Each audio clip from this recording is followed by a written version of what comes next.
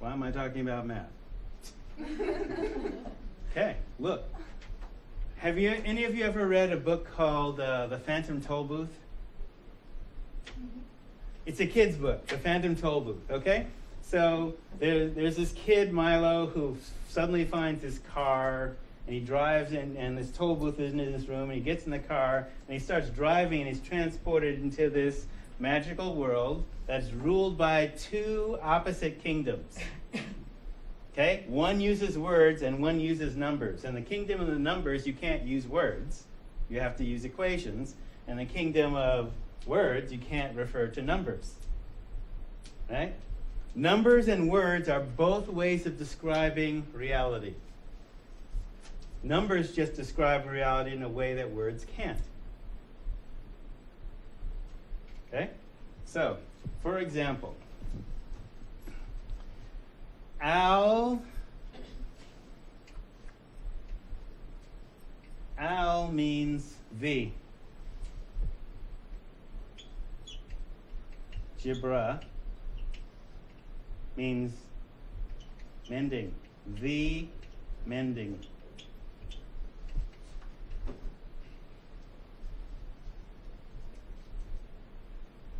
Now, it's not just mathematical computation in the culture that generated this. I'm mixing a little bit of ethnic studies, but here's the point. This is a suicide equation. So it's easy for many people to understand that people could be suicidal because they're depressed, right? It makes sense. You get that. I can describe it in words and you get that, right? Well, here is the equation that runs that, okay?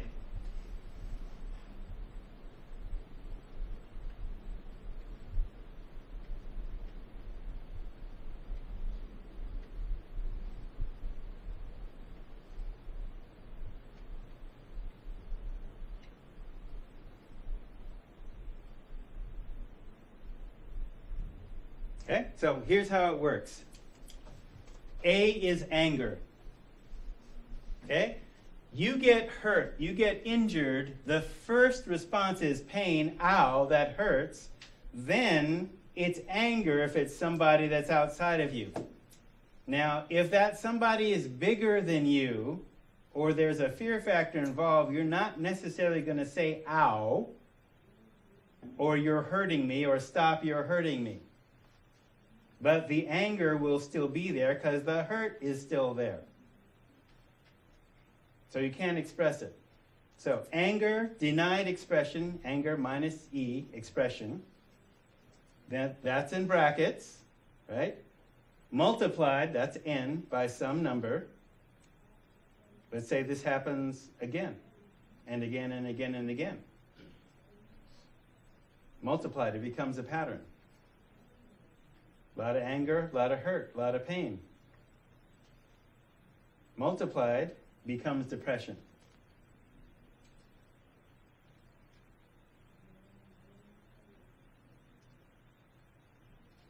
Now, this may not work for all forms of depression,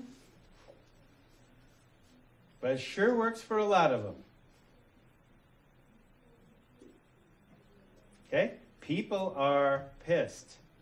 And they can't express it to either the original person that hurt them or the ongoing situation.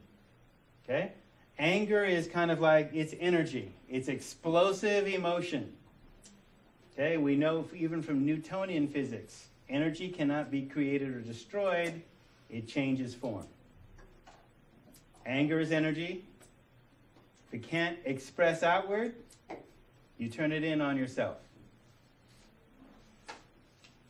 And you do things to hurt yourself. And you get depressed because if you're suppressing the anger, it takes more energy than the anger to hold the anger in check. Therefore, you have less energy to live with. Right now, this sounds like philosophy, but does it sound like this work? Because I got this actually from a high school woman who was suicidal. And she had rage that she couldn't express. And she was a goody-goody church girl. Had to go to church every well, 5 days a week and Sunday. Saturday is off. So and she made straight A's. And her way of rebelling, I mean, you may know this if you have teenage children, she would dress one way at home, have a backpack, whole set of clothes for school in her locker, and had a boyfriend that was a death rocker, who was in recovery, right? So, had gone to rehab and all that. So, I did not tell you you could go to sleep.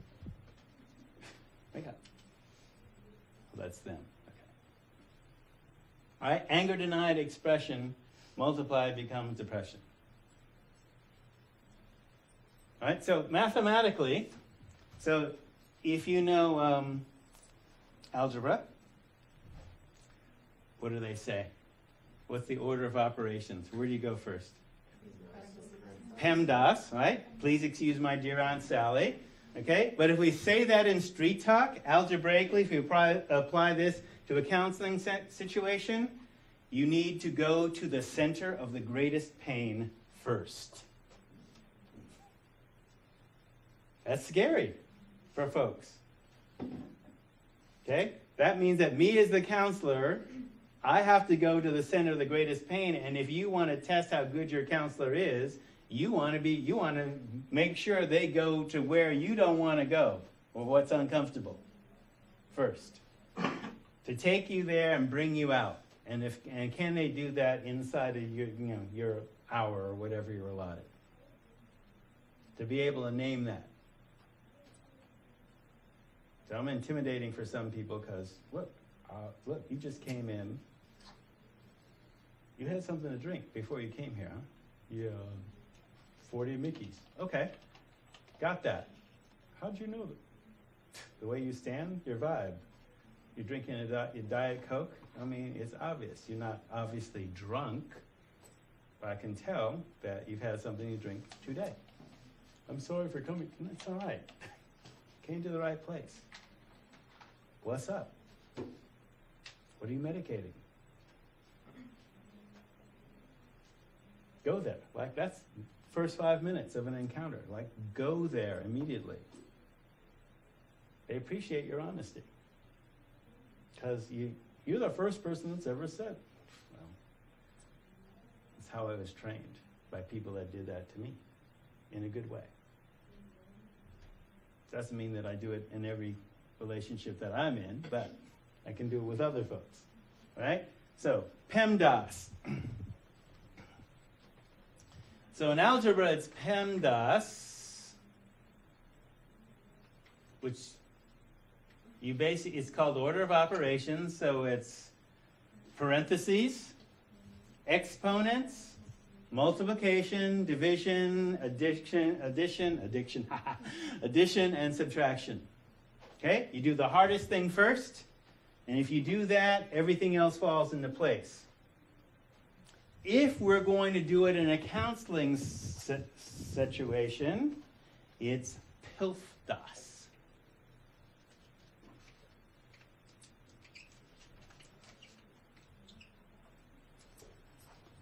Pain, loss, fear, depression, anger, serenity.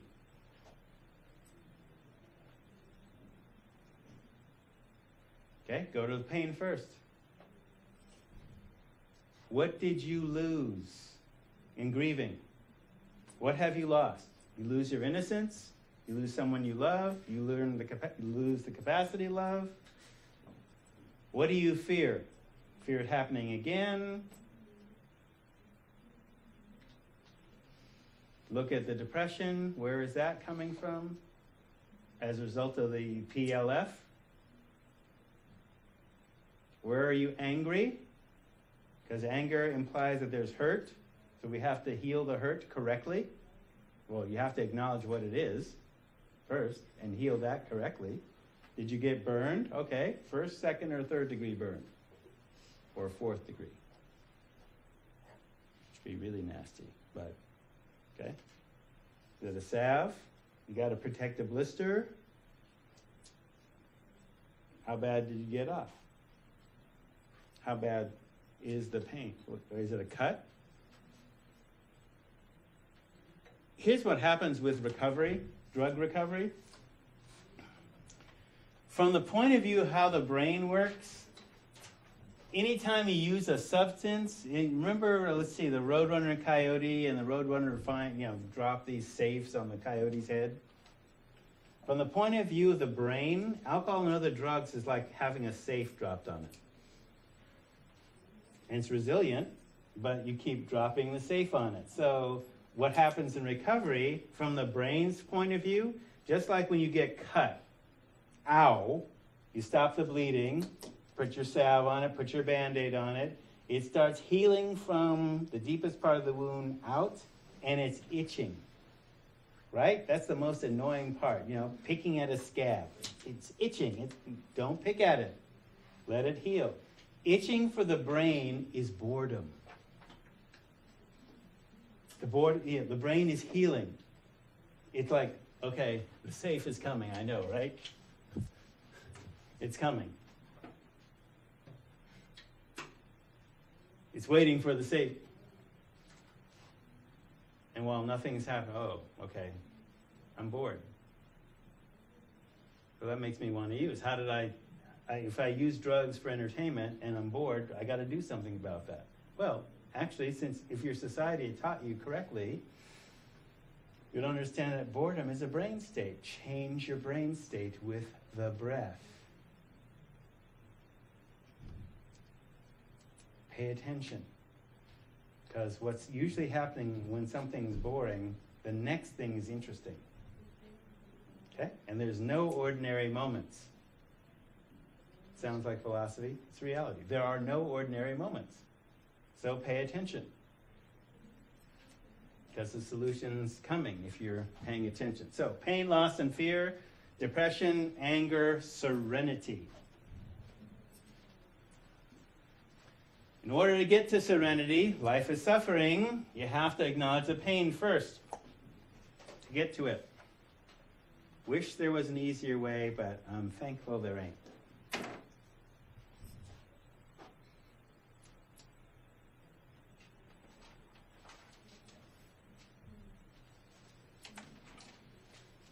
Come on, today, thank you.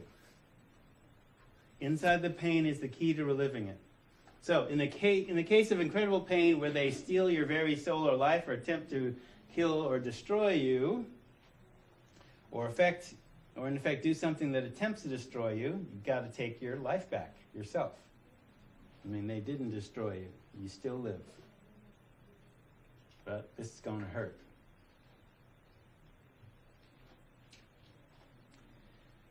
Statistics are the stories of human suffering with the pain removed. Yeah, it's not a mathematical term, but it is a fact. Statistics are the stories of human suffering with the pain removed. So 1 out of 6 American women has been the victim of an attempted or completed rape in her lifetime. Sorry, Todd Aiken. They were all legitimate rapes, mofo. So 17.7 million American women have been the victims of attempted or completed rape. 9 of every 10 rapes, victims were female, and we do have more, it doesn't matter which year I draw from, pretty much the rate is about the same. So while about 80% of all victims are white, minorities are somewhat more likely to be attacked. That doesn't make sense to me. I'm sorry. What did that? More than 80% are white. Yeah. But So according to the FBI stat, it's going the norm, if you want to call that a norm. Most rapes are same race. Okay? So I'm walking down the street and somebody, they edge across away from me in the elevator across the street. It's like, okay, I'm not after you. So don't trip, really. It's more likely to be somebody that you know. Right? Date rape, et cetera, et cetera. So basically, what drives that statistic is that there's usually a structure driving the statistic, underlying that. So for example, all women 17%, white women 17%, black women slightly higher, Asian Pacific Islander 6.8, American Indian, look at that, double, especially if it's on a res. Mixed race women higher, and men 1 in 33 have experienced an attempted or completed rape in their lifetime. Yeah. That's just the reported ones too. Correct. Remember. Exactly. Yes. Right. Kind of scary. Okay. So yes, these are just the reported ones. Good point.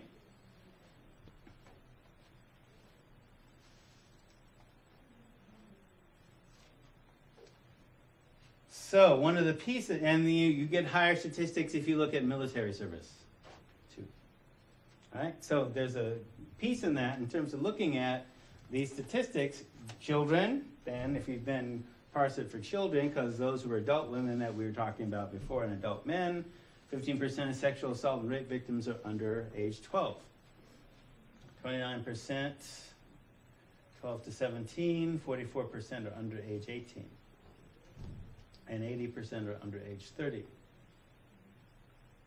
So then they can say, oh, 12 to 34 are the highest risk years, which doesn't mean the risk doesn't exist on other ages, but we can look at, all right, what do you do for prevention? Girls 16 and 19 are 4 times more likely than general population to be victims of rape, attempted rape, or sexual assault.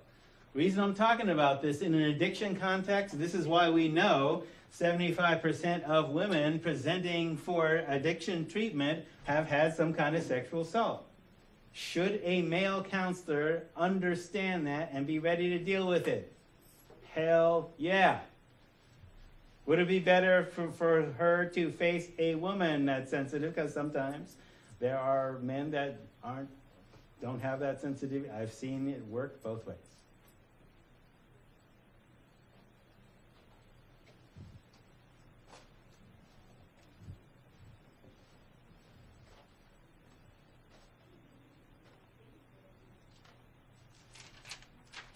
So we can parse this also by grades too.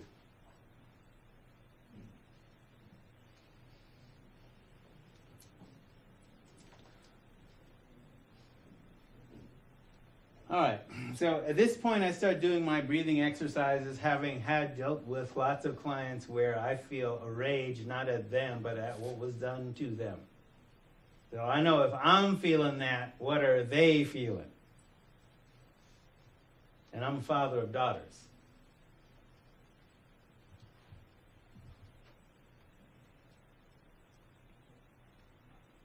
And we see like 1 in 3 are family members or clergy or somebody supposedly trusted.